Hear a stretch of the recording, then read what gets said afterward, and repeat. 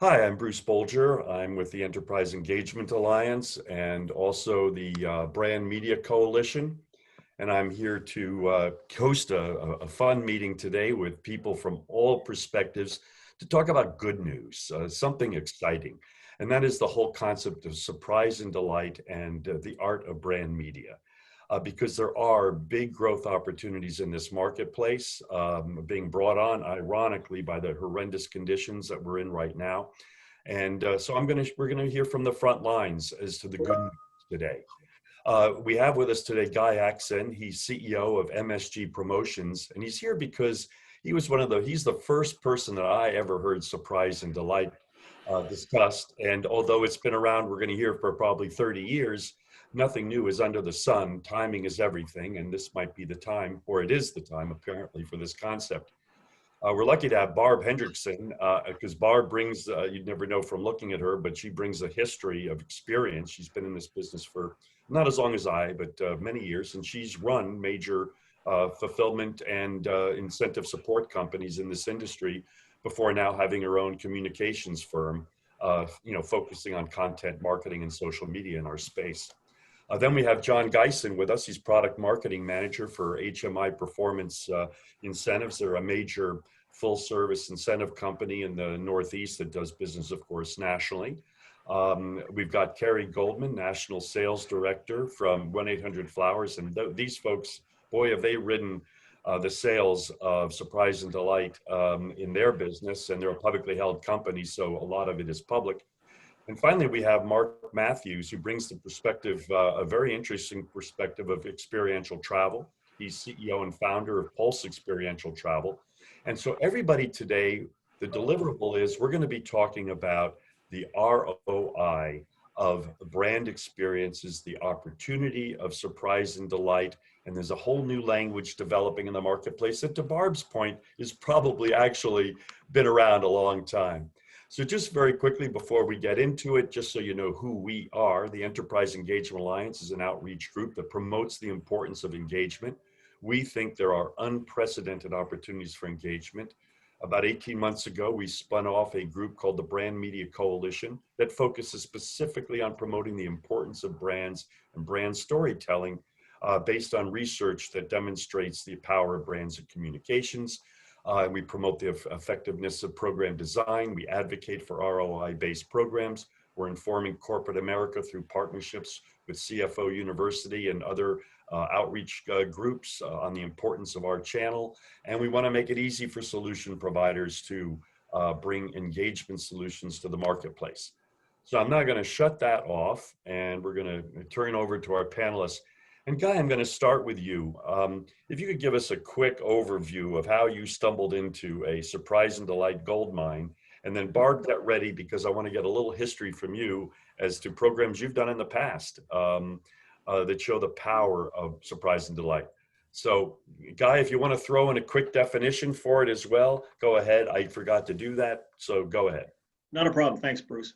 Surprise and delight for me and for many other people, I would say, means one thing, and that is actually surprising an individual, whether that be employee or consumer alike, and creating an experience for them that's going to leave a lasting impression for a long time. The importance of surprise and delight is that they don't really know that they're earning something or something's coming their way. It's the action of the employer who is actually facilitating the entire program.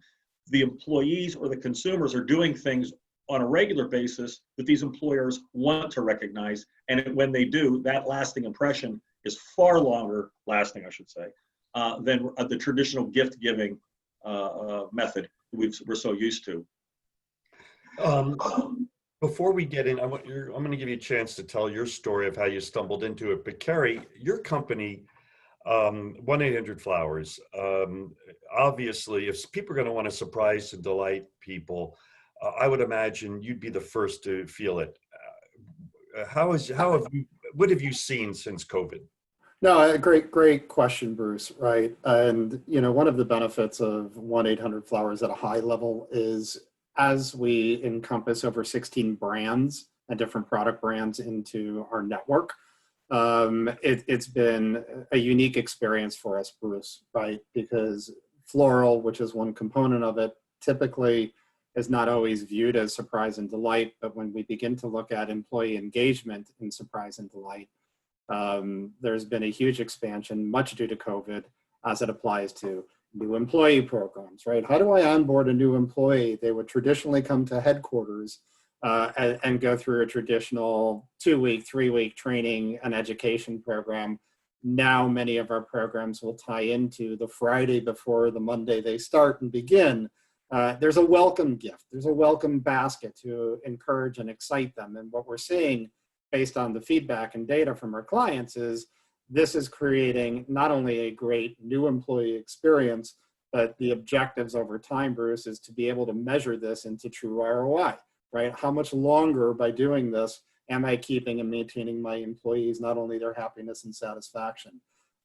That's one part of it. And just quickly, right, the other side of this is employee engagement as a whole. With work from home, how do I recognize my employees in order to say thank you for putting in the effort, whether I'm a first responder in many cases or others, whether I'm a technology company and I have 5,000 employees working from home, having a breakfast meeting, sending a little breakfast gift to them. It could be a food product, it could be others. We're seeing a huge uptick and certainly some phenomenal results in how that applies. So Barb, this isn't really new though, is it? Tell us some of the things that you saw that you've done with clients and the emotional impact of them.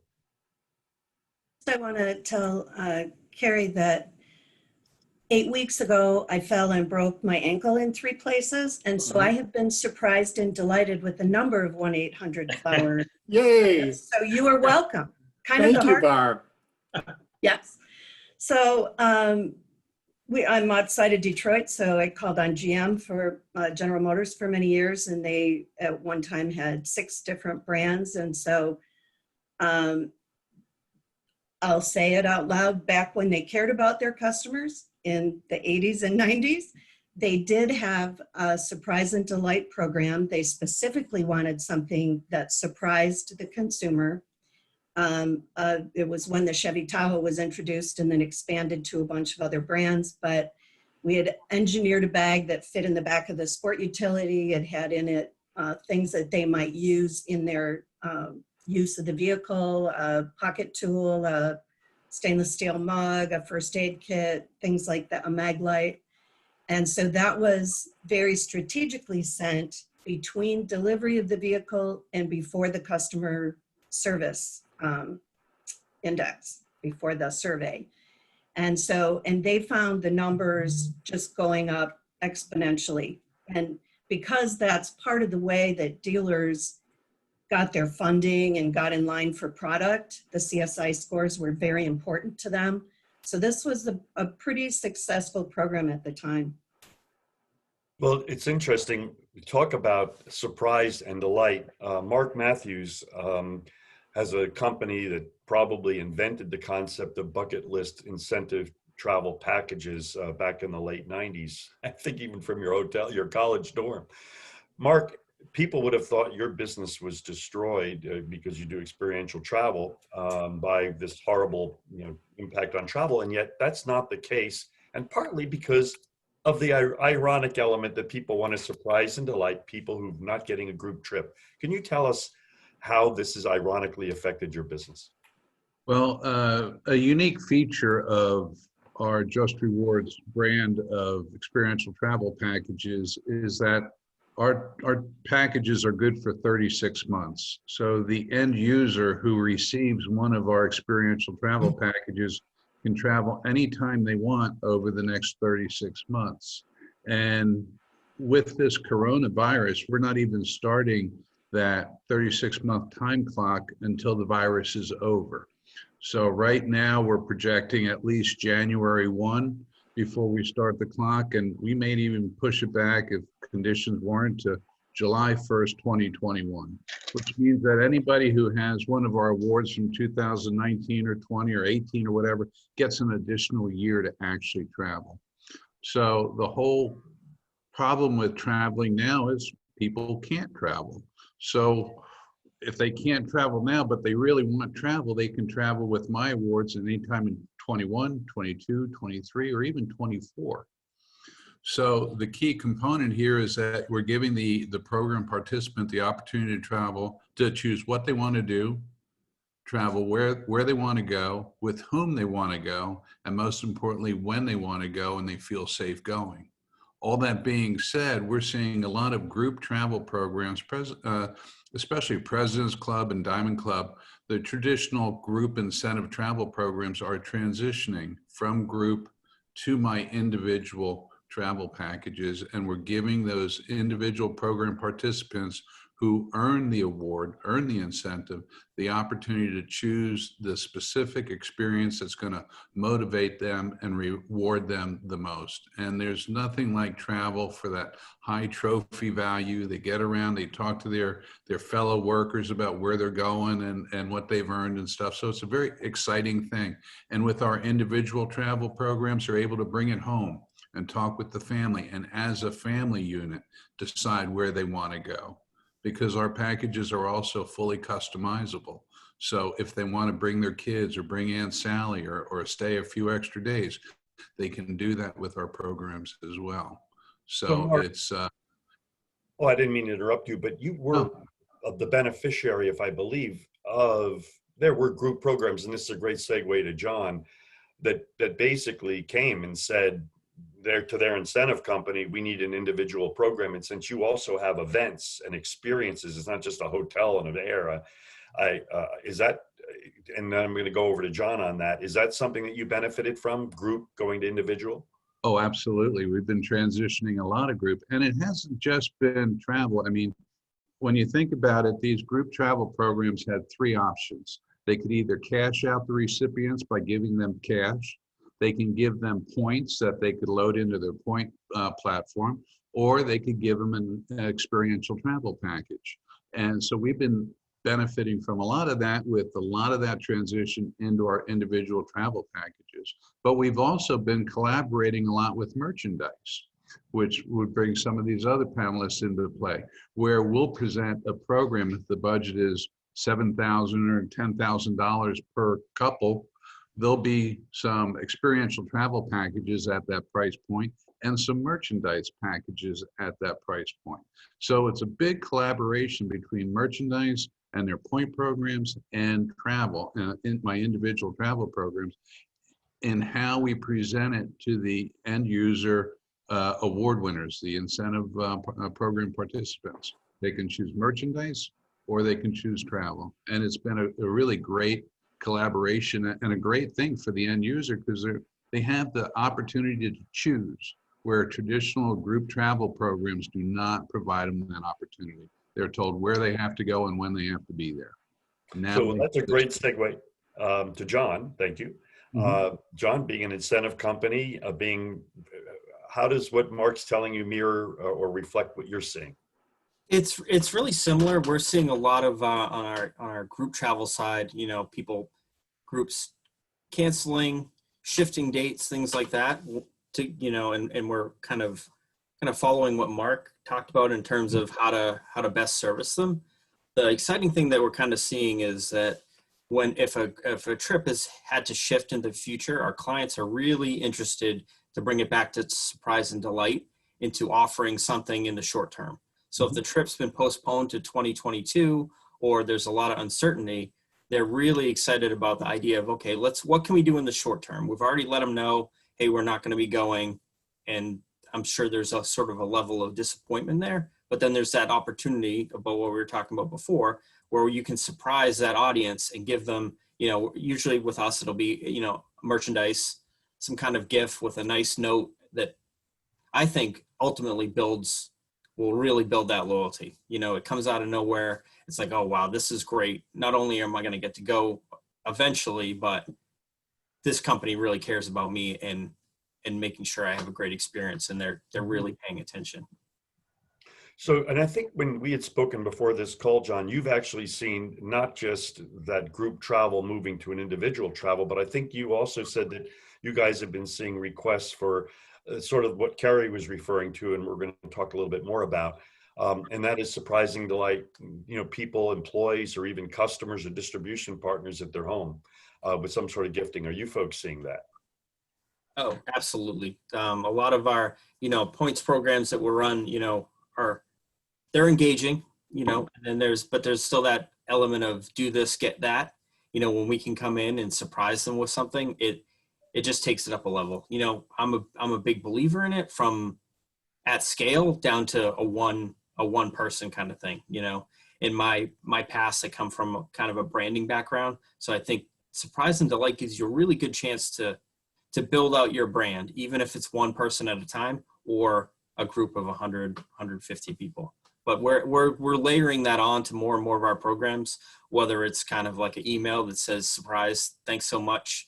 Here's an additional, I don't know, let's just say, 5,000 points to use in your program, or we're, sending out merchandise packages to them that say, thanks again. We're seeing our clients are looking for more and more ways to connect with their audience. And one of the reasons I've been around, as anyone can see, a long time.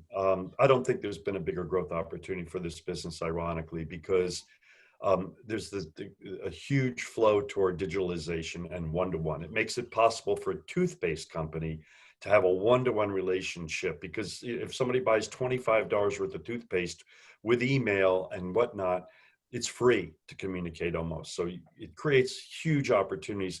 So Guy, let's go back, because I was there when this program came about with you and Jay, and it was fun to watch. So we cannot mention the company. Let's not even get tempted to mention the company, because they are still doing the program, obviously a little less and differently. But Guy, tell us about how that program came about, and you even have a story that might bring it to life, because if any of you are thinking about how to build relationships with your customers, with your employees, research shows that surprise and delight has an emotional connection that demonstrates appreciation in a way that a loyalty program doesn't do, because it's more transactional. So without in any way hinting at the company, Guy, tell us what happened quickly. I reached out to one of my associates, and I suggested that we go to this company that he had a very strong relationship with to reach out to a certain area of customer. And the initial intention was to reach out to a business customer. And I told him what I wanted to do was to be able to reach out to these business customers to enhance that relationship. So because that was very important to them. And what I wanted to do is individually reach out to the consumer themselves in a mass way, which was very unique to think about. Most people want to hit all of them at one time. Well, that wasn't my intention. So we went in, presented the concept, the surprise and delight, using merchandise, a merchandise-based program. It got legs very quickly. They were intrigued by it. They wanted to know if we were able to handle such a program, how we were going to be able to beat the pricing that is out there with Amazon and all these other sources out there, which we had to go through a whole approval process. We did all of those things. But there's one little caveat that changed the game for us. And someone had mentioned, sometimes we want to reach out to one person or 100 people.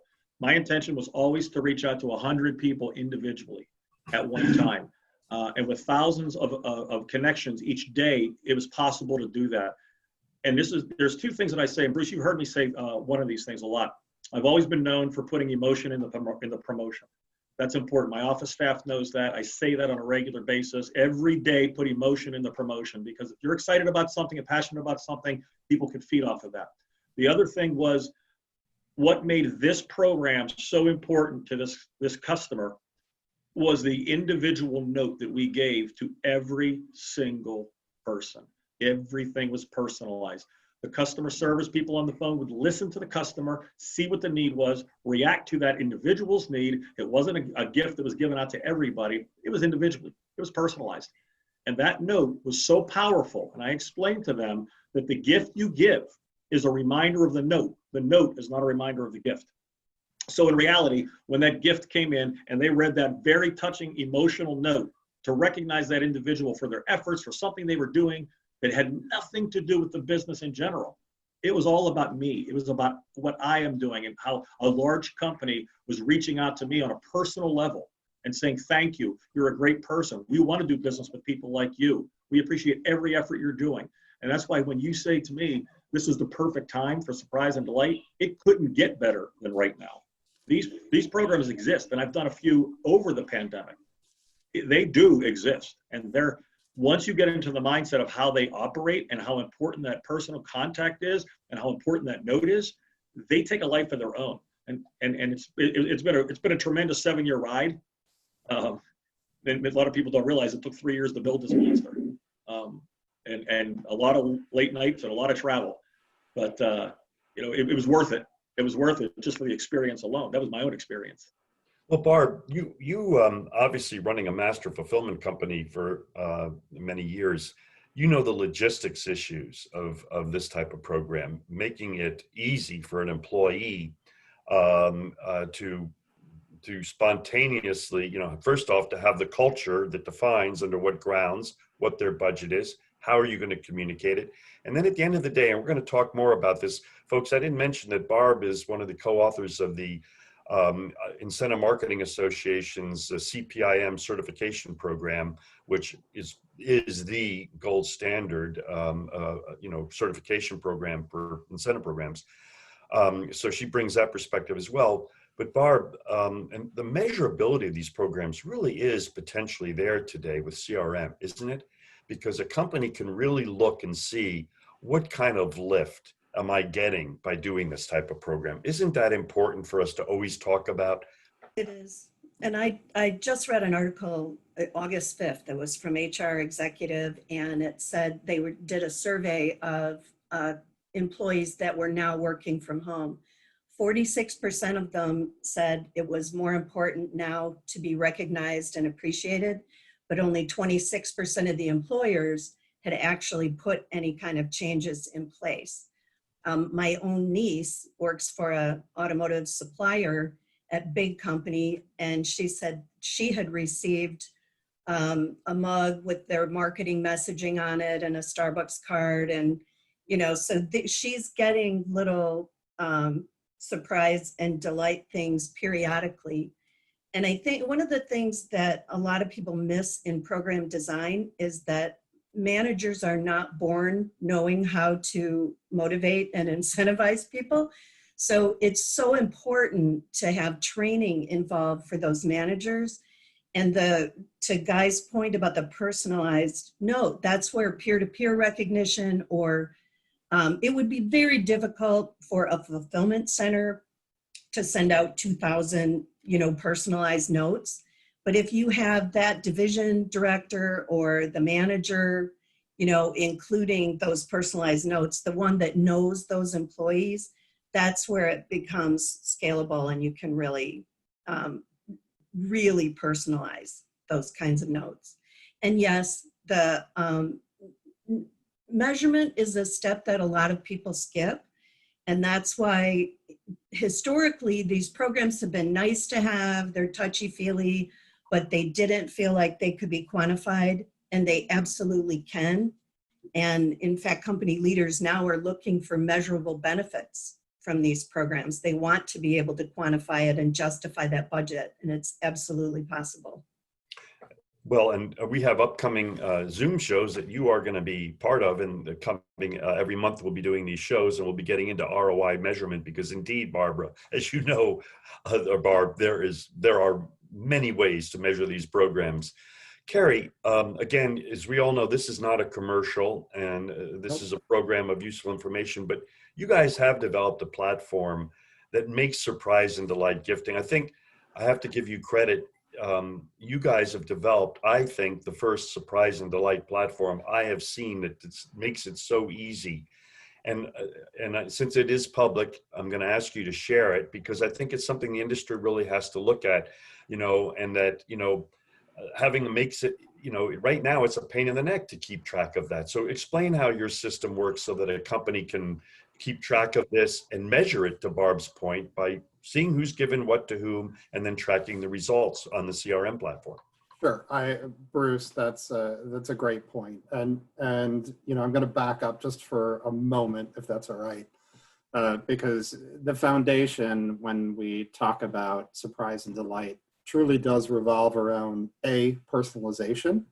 It's a critical part of when we look at gifting and surprise and delight, and what 1-800-Flowers as a company does. It provides the ability to custom message every single floral arrangement, every single gift that's sent out, and publicly announced. We also acquired recently Personalization Mall, who you guys all might be familiar with in the marketplace. But it starts with that, and it goes into what we would call inspire more human expression, connection, and celebration, right? So when we talk about our world or our mission on a daily basis, it is about delivering smiles. How that applies, Bruce and team, it applies into, we built a new technology. It's called our Celebration Platform. It's a business-to-business design platform designed to support not only this channel, but our end user clients, and provide them the ability to, again, transact through a single portal with all of the brands of 1-800-Flowers, right? So again, whether I'm looking for surprise and delight, whether that's a floral arrangement, whether that's plants, whether that's strawberries, right? All of our brands, from 1-800-Flowers to Cheryl's Cookies to Harry and David to Sherry's Berries and fruit bouquets, are all encompassing and providing our clients with the ability to build a program with our certified engagement specialist. We can design a program which not only goes into program design and long-term ROI, but be able to do programs that will allow me to, on a monthly basis, weekly basis, capture the results, get the feedback, measure that feedback, and report back through surveying what are the results of these programs, what is the feedback from my clients. And we're very excited about that because, again, not only is it important to deliver smiles, but it's also important to understand, how do I deliver, Barb, as you identified, ROI. I've got to be able to show the proof of concept to, this is giving us a return on our investment. You know, what's exciting about this is that, John, you guys are a big company, and probably one of the top 25 in the field. And obviously, you're not going to do business with a company with a $20,000 budget, right? Usually, right? I mean, you guys want to do business with serious companies, and I think maybe that's not true. And I'm going to give you we'll help everybody. Well, great. Well, then there's my point, John. You've been involved with program design there. How important, when we talk about surprise and delight, here's my one worry. My problem with, and I'm going to let you respond to this, John. My problem is that about 80% of the programs out there, based on IRF, Incentive Research Foundation surveys, and my own personal experience, which I think is pretty extensive, most programs aren't seriously measured. There's not usually clear ROI, certainly not a financial one. The best ROI is, did the guys or ladies like the trip? But again, if you want to refute that, that's fine. But I personally think that the big opportunity today is to marry the artistic element of our industry, and we're going to get to more of that in a minute, the experiences that Mark's company and others create with science, with performance. How important do you think it is when your clients talk about sending 50 gifts or this or doing a trip, to really say to your client, okay, what are you trying to achieve? How are we going to measure that? How can we touch all the right touch points? How do you think that the discussion about program design and ROI is going to increase now as a result, perhaps, of this economic situation?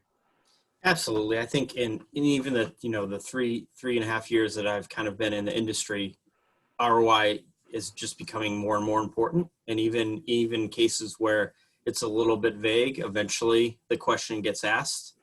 So I think from a surprise and delight perspective, I think the initial hurdle is that with a client is to get over that cynicism that it's going to work. I think all of us would agree that it works. It creates that emotional connection. But the next step, and kind of giving your stakeholder the ability to sell it internally to their organization is how am I going to prove it? So I think, you might get a client that buys into it, loves the idea and wants to reward the audience, but you have to kind of start to arm them with tools to, so they can prove that it was worth it at the end of the program. Well, and all the research, Mark, that the IRF has done, and I like to say that the Incentive Research Foundation is a little bit like the Bible. There's a tremendous amount of wisdom that nobody's following, because there is so much research from the IRF showing the importance of ROI measurement, and yet it's so clear that the end user doesn't get it. Even leaders in HR will say that we're not measuring these programs, throwing bright, shiny objects. But Mark, you've actually had a chance to experience the whole concept of customizing the reward experience. How, just from the granular element of being an individual travel, how you said you can customize programs, and how important is that customized experience in terms of impact? Well, it's very, very important. And I'm going to go back 20 years. We've been doing this for 41 years now, but I'll just go back to the dot-com bubble in 2000. Prior to that, money was just everywhere. I mean, if investors were throwing money around, if you had even the vaguest concept of a business model, people were throwing billions of dollars at you. Money was everywhere. Companies were throwing all these programs and packages together, and there was this one major corporation was taking like 900 people to the Super Bowl, and we were helping them in that fulfillment there. And what happened was the people would show up, the guests would show up on Thursday. They'd be met at the airport, and then on Sunday morning they'd go to a room, they'd pick up their tickets, and boom, they'd be gone. That was the total touch points. Giving a guy from the airport to the hotel a ride, and then give him a ticket.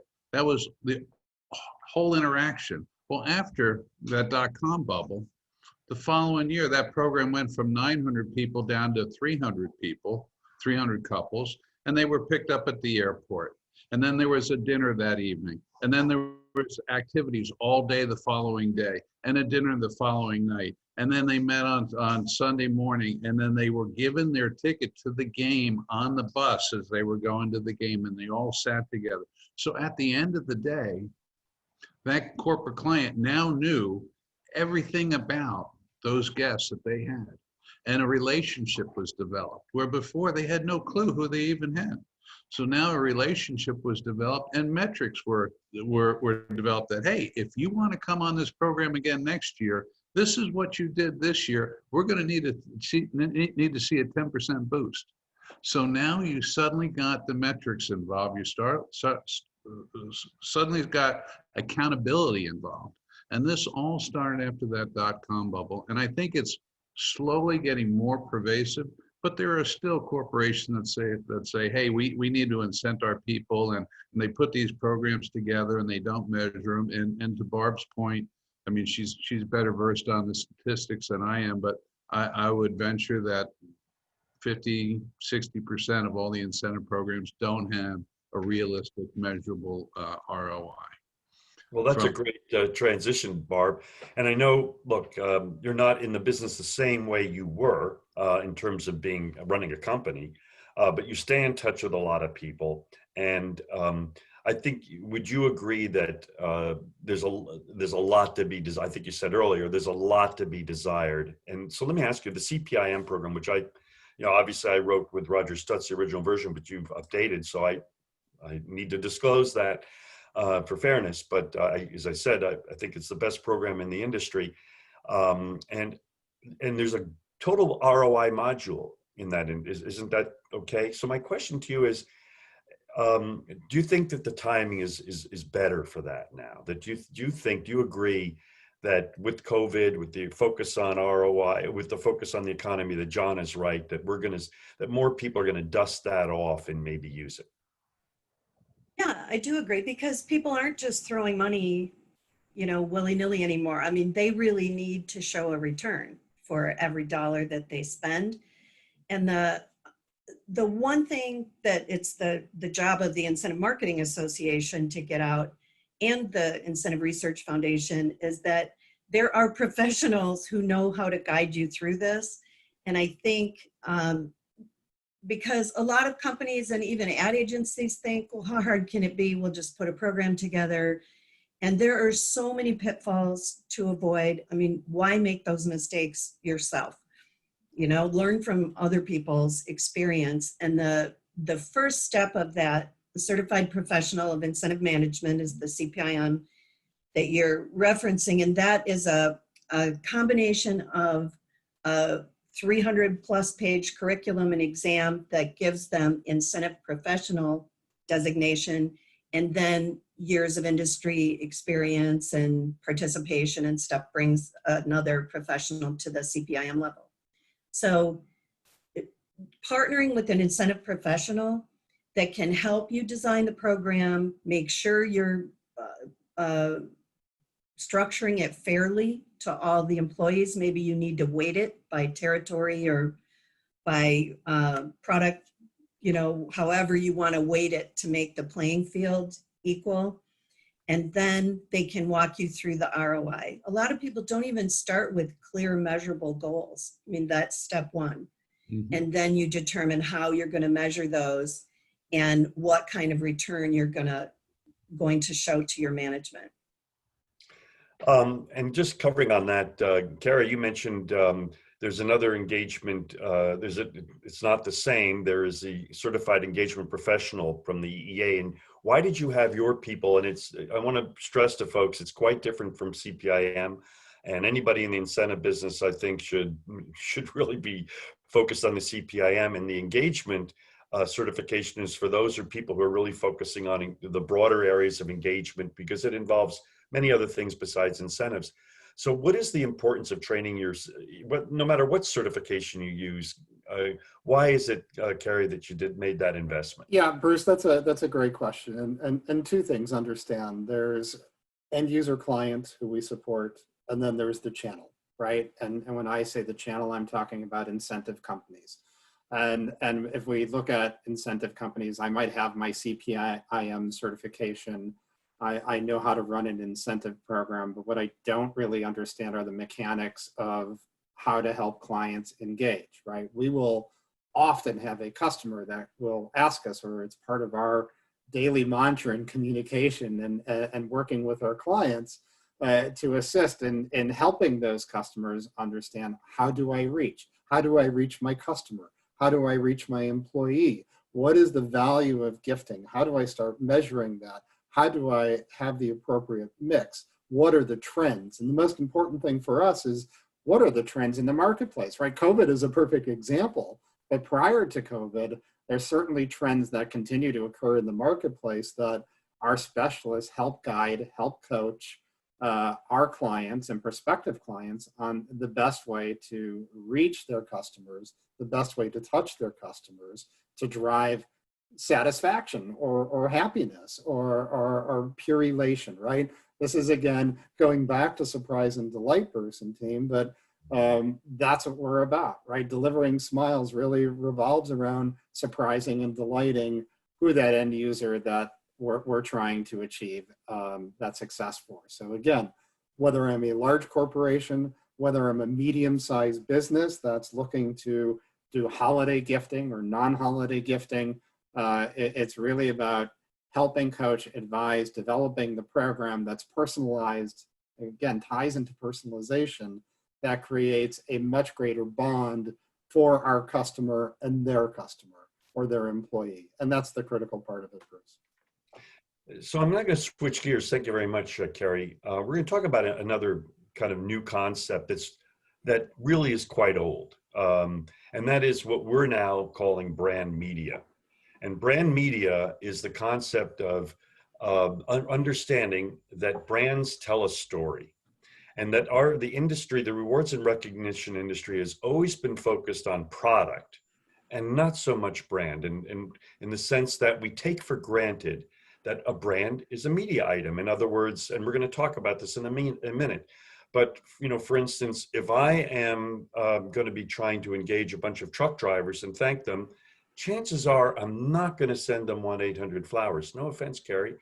Now, I might send them one of your other brands, right? But I'm not going to send them 1-800. Likewise, I'm a proud father of a son who's a mechanical engineer. I would never give him a Black & Decker as a gift for a tool. You just wouldn't do it. It's a great brand, but you're going to send a Milwaukee or a Johnson DeWalt. And so one of the really big things that the Brand Media Coalition is doing is educating people on the importance of brand selection. And John, I'm going to kind of start with you, and then I'm going to go around this panel and talk about that, because you and I talked about this, John. How much you've been doing this for years? You have been instinctively helping a company select the right brands for years. But do you think our industry has put enough emphasis on the expertise, what you need to know? It's like a media buy. You have to know Vogue magazine, Cosmo magazine. You have to know Facebook demographics, don't you? Have we taken that for granted? I think so. I think there's two parts to that. There's one, you need to understand the audience as best you can and kind of have a persona of who they are in your mind. And then when you're starting to select brands, I think it's even become more and more important. If you have like a short list of brands that you're thinking including in a program or a promotion, to really dig in and do some work to understand what that brand is all about, deeper than what you might understand what Yeti, you think Yeti is all about, but you need to dig, to use an example, but you need to dig in, really understand that, because when you send that out, the brand tells a story, but you're also, when the recipient receives it, the company, that you're working for, you're saying something about them through the company, if that makes sense. So if I get a Yeti cooler from ABC company, they're saying something like they know something about me that I'm going to really like this. If you miss the mark, that's kind of dangerous. When you hit it, it's perfect. They understand me. This is great. I'm going to be really thrilled with that. So you need to kind of, whether you're kind of looking at Yeti, Nike, Callaway Golf, or like a Seiko watch or something like that, you really want to understand that brand and make sure it's right. I think that element of it, and not just sort of just picking pricing or rewards off a list, is really important. And it's kind of like a next level in terms of building a program. And Mark, everyone thinks in travel, what's brands got to do with it? Well, it would seem to me brands have everything to do about it. What's your perspective from the standpoint of when you're working with the client and to really make something special? How important is the brand to you? Well, it's exceedingly important. And my first question when we're ever dealing directly with the client on a specific program is, what's the demographic? What's the user group? Who are we dealing with? If we're dealing with a bunch of truck drivers or a safety program or something like that, where the maximum number of points they might earn might be $1,000 worth of points over a year or what have you, there's no sense in offering a Super Bowl package that costs 20 grand. So, which would be more of a disincentive. So understanding who your user group is critical. We have a package of 800 people flying in from South America, mostly women, for a cosmetic. Well, you need to know what sort of awards, what sort of trips would appeal to that user group. We've got travel packages going anywhere from $200 to $50,000. So how do you pick the specific offerings that are going to make sense for that program participant and be pertinent and relevant to them?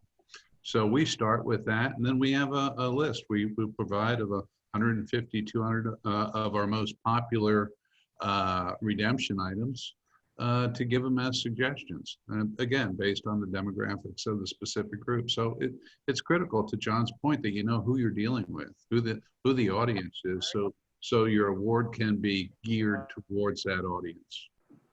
Guy, you've been like me in this business even longer than Barbara, right? And so nothing is new under the sun. We know that. But am I wrong? But has our industry really not played, and Barb, she's a tough one here. I'm going to get to her in a second because she may disagree with me on this, but and we're allowed to disagree on this show. Guy, my contention is this industry we have not played up the expertise of the importance of brand stories, brand demographics, brand and being scientific about it. Am I wrong? And if I'm wrong, please say so. And if I'm right, why do you think that is? And what can we do about it? You're muted. Yeah, you're muted. Sorry about that. I don't know how that happened. Go ahead. You're probably both right and wrong in some cases. I think there's a lot of professionals out there who are telling the story and who are doing the right thing, and they're involved in their business a lot, as a matter of fact. I think there's another side to that which could always do better. One of the things that I talk about a lot is knowing the difference, not only about a brand, but how a brand could be used. Is it going to be a premium, an incentive, an ad specialty? Because that ties into it. And a lot of professionals may or may not know even the difference. I always say that when we talk about premiums, incentives, and ad specialties, are you trying to, churn sales? Are you trying to help people earn? Or are you trying to help a consumer learn? That tells you the difference between those three in a very simple way to understand it. And to understand how a product can be used allows you to select the right product to be used, if you will. So professionally, are we doing the right thing and exposing the brands in a proper manner and in a proper way and in proper usage to get the most out of it? I think in some cases we are, but I think we need to expose ourselves more to all the channels of the industry to show the power of a brand. We know from research that there's billions, tens of billions of dollars of merchandise being used out there that a lot of people in our industry don't know. It's going through retail, it's coming offline. And much to Barb's point, is it being used properly? So people are using incentives, people are using premiums, but they may not be going through the channel which can help them get a larger benefit from the use of that product. So that goes to the effectiveness of that product. We're here for a reason. And Barb, that gets back to what you were saying before about the importance of working through the industry. Tell us a little bit about that. And you always worked with your company, with your brands that way. You've always thought that way. But do you think that the industry if we want them to buy through us, through the industry channels, shouldn't we be educating the end user the value that we add, which is one of the things is program design, and the other one is brand media selection? Your views on that. Absolutely. And the brand is monumentally important. And so from a consumer program standpoint, I'll give another automotive example. Chevy is a different experience than Cadillac. Kenmore or Whirlpool is a different experience than Genair or KitchenAid. So because I represented brands on an exclusive basis and could not have competing brands, it was my job to tell that customer why Movado was a good brand match for them versus every other watch brand that's available. And so we did a tremendous amount of research. I mean, we knew the attributes of our own brands that we represented and did work to match those to the customer's brand.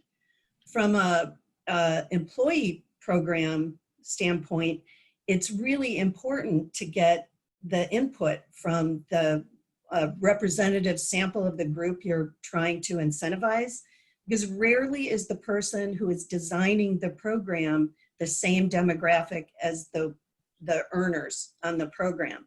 So you really want to get them involved so that you are providing rewards that are going to motivate them. And also quality is important. You want the brands of your rewards to be also commensurate with the brand attributes of your company. You're muted, Bruce. Thank you. That is a really important element that is so often overlooked. Now, it's never overlooked, Barb, in the sweepstakes industry, which I know you've been involved with those promotions. Those people always are thinking about brand affiliation. But shouldn't they be thinking, especially in surprise and delight? And that's why we kind of put these two sessions together. That's where my wife, I was telling my wife the story of that particular pizza delivery. And my wife made an interesting point. This was a situation where the employee of this company surprised and delighted somebody with a pizza delivery. Well, we live in New York, so you can't just send no offense to Domino's Pizza, you cannot send a Domino's Pizza to a New Yorker per se, right? I mean, you'll appreciate it and you'll be thankful. But if you really want to do it right, it'll be a Patty's, depending on where the person is. So that's the issue of surprise and delight. So, Cary, tell us, you've really been one of the beneficiaries of the surprise and delight thing because, gee, I'm so sorry of these notifications. You've really been a beneficiary of these surprise and delight because people know to call you. They know to call 1-800-Flowers. And then right up on your website, Cary's company is one of the very few where they actually have at the top corporate gifts. And you can click there and you can actually get access to somebody who can help you, which more brands are beginning to do that. So, but Cary, just tell us the story of the 1-800-Flowers quickly to give people a sense that it's not just sending flowers to somebody, right? If you're just sending flowers, doesn't matter. Sure. So everything revolves around, right? And understand we are the brand, right? When we look at 1-800-Flowers and the family of brands underneath us, we are the brand, right? So rather than selling Yeti, we walk in and talk every single day, understanding we are the brand and the brand experience. That brand experience ties into the quality of the product that's being delivered. Realize we have over 4,000 different partners, whether those are florists delivering product, whether they are other similar organizations delivering chocolate-covered strawberries to our clients or chocolates. Everything revolves around the quality in the delivery of the product first and foremost, Bruce, right? Or really, it's the last part of it, but the most important part of it.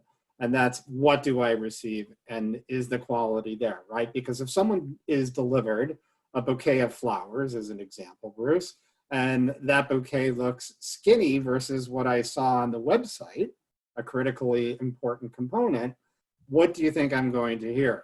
I'm going to hear, oh, this doesn't look at all like what you show on the website. So it's interesting, although I'm not directly pointing it out, but everything we do ties into the quality of the brands that we represent or the brands of who we are as 1-800-Flowers. And quality is of the premium importance to the organization of what allows us to survive and thrive.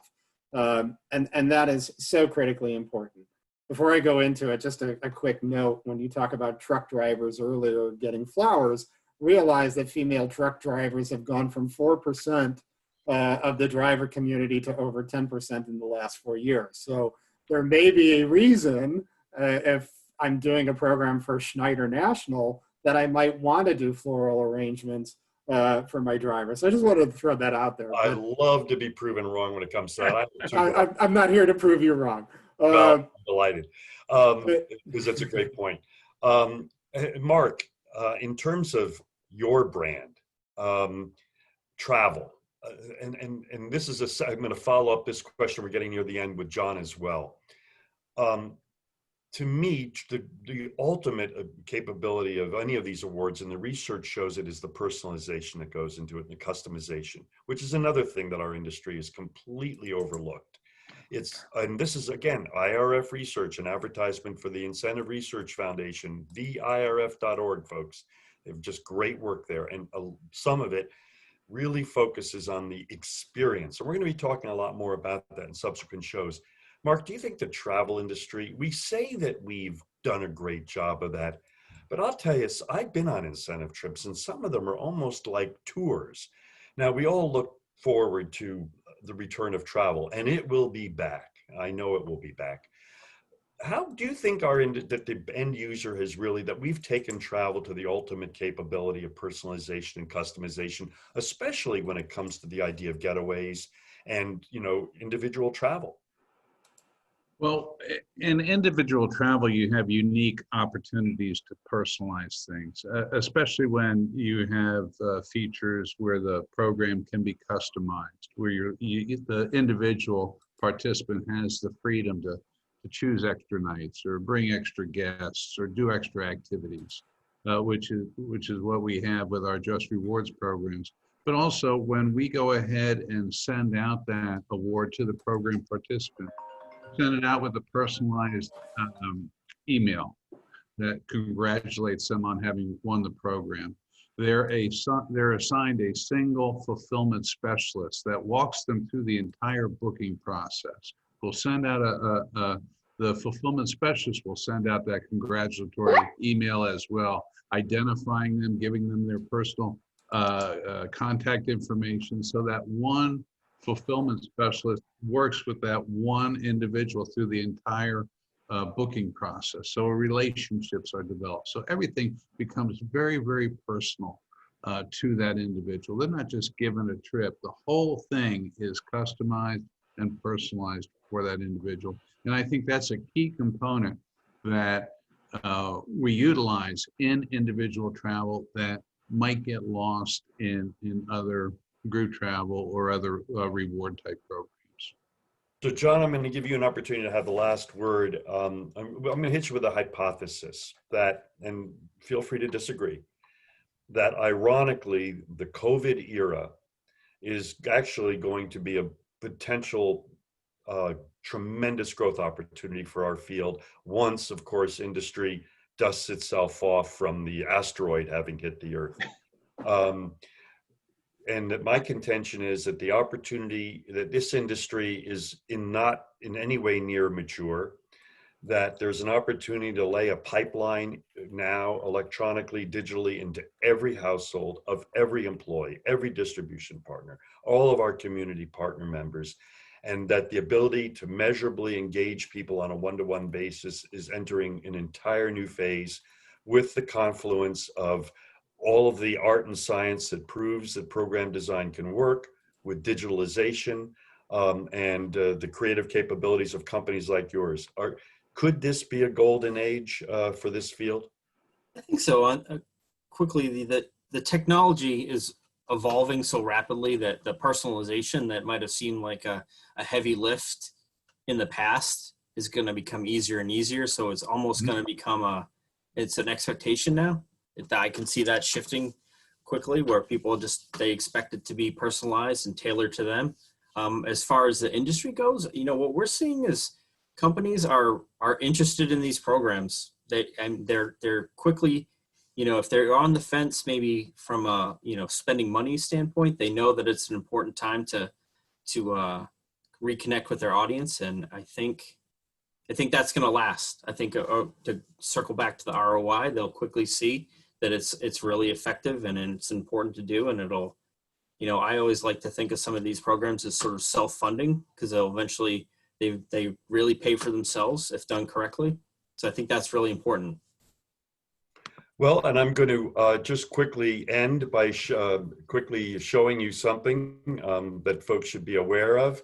If you are interested in the concept of brand media, there's a free site here that called the Brand Media Coalition, and it tells the story of 50 major brands, and it gets down to brand personality, buyer persona, demographics, who they endorse and sponsor, customization, personalization, where to buy it. There's one for 1-800-Flowers, and there's one for many other brands. And all of this is free information. It's filled with resources. And then finally, just so those folks who may not be aware of what's available for free from the Brand Media Coalition, excuse me one second here as I do this. Essentially, just so people know, these are the free resources available from the Brand Media Coalition. Nothing, look at that, there's nothing available from us. News and information from the Rewards Recognition Network. That's on rewards and recognition and enterprise engagement for program design. We have a new YouTube channel, and this show will be on that YouTube channel probably within 2 hours, and that's available 24/7 on demand. And the Brand Media Coalition that I just showed you, where you can find the stories of brands and the great companies like 1-800-Flowers and Marks and many others, where you can access brands. The Brand Specialist Program for those who want to become experts. We have a turnkey engagement agency program for solution providers who really want to bring ROI solutions, human capital scorecards, ROI of engagement, all sorts of, and then finally, we're creating a marketplace of all sorts of solutions of companies like John's, full service engagement solution providers, and you can find them at that marketplace. And we have our training and certification program for enterprise engagement. And as I said, I highly recommend the CPIN program of the Incentive Marketing Association. So folks, I really appreciate Cary, Barb, John, Guy, you're taking the time to share your wisdom. You're going to be memorialized for at least the next year on our YouTube channel. So folks, please feel free to share. And again, thanks all of you for attending today. Have a great day.